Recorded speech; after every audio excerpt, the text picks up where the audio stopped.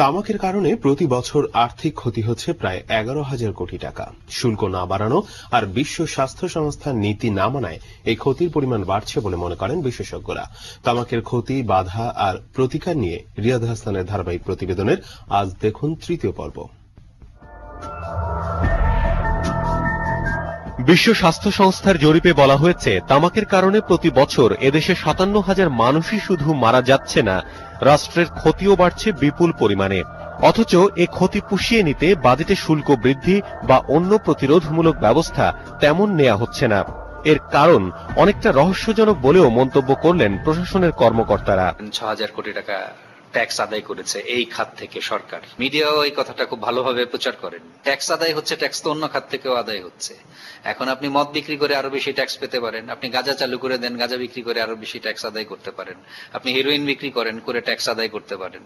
সেগুলা কি আপনি করবেন? বিষ বিক্রি করে আপনি ট্যাক্স আদায় করছেন, আর এর পেছনে গভর্নমেন্টেরই তো ক্ষতি হচ্ছে।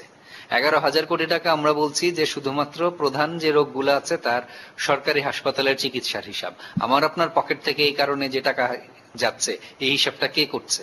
জরিপে দেখা যায় 2003-04 সালে সর্বনিম্ন ধাপের শুল্ক 35% থাকলেও পরের অর্থবছরে তা কমিয়ে 32% করা হয়, যার কোনো পরিবর্তন হয়নি দীর্ঘ 8 বছর। যে দেশে সবকিছুর দাম বাড়ে, ট্যাক্স বাড়ে, সে দেশে সিগারেটের ট্যাক্স কমিয়ে দেওয়া হলো এবং এই 32 হিসাবেই রেখে দেওয়া হলো কিন্তু 2009-10 পর্যন্ত। এর ভিতর কিন্তু বাংলাদেশ তিনটি সরকার দেখেছে। তাহলে দেখেন, আমাদের রাজনৈতিক দলের ভিতরে এত পার্থক্য আছে মতের, কিন্তু এই সিগারেটের শুল্কায়নের ক্ষেত্রে কিন্তু কোনো পার্থক্য দেখলাম না।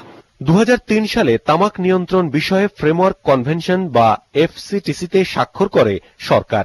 এরপরও কার্যকর ব্যবস্থা না নেয়ায় হতাশ সবাই। ডব্লিউএইচওর রিকমেন্ডেশন হচ্ছে ইনফ্লেশনের উপরে, মুদ্রাস্ফীতির উপরে 5 থেকে 6 ভাগ বাড়তে হবে প্রতি বছর। সেটা বাংলাদেশে প্রকৃতপক্ষে ঘটছে না, বাংলাদেশে বরং দিন দিন নিচে যাচ্ছে। তবে এর জন্য সরকারের ভেতর সমন্বয়হীনতাকেই দায়ী করলেন বিশেষজ্ঞরা। কিন্তু রিয়াদ হাসান, দিগন্ত টেলিভিশন, ঢাকা। আমরা দেখি